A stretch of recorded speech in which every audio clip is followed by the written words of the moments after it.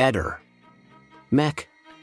Pallister. Firma la petizione e chiedi con noi giustizia per Lilly. Trovi il link sotto il video, dove è presente la mail per contattare Eder. Il 14 dicembre 2021 Liliana Resinovic di Trieste scompare da casa e viene ritrovata morta il 5 gennaio 2022. Sono state fatte delle indagini, è stata fatta un'autopsia e successivamente una seconda autopsia, ma dopo quasi 3 anni nessuno sa cosa sia veramente successo quel fatidico 14 dicembre del 2021.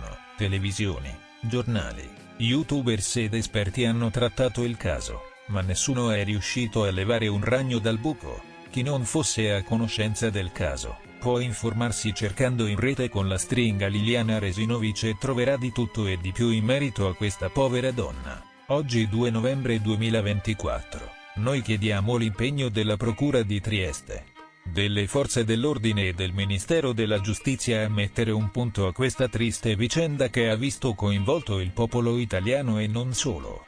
Ehi, non dimenticare di iscriverti a questo canale.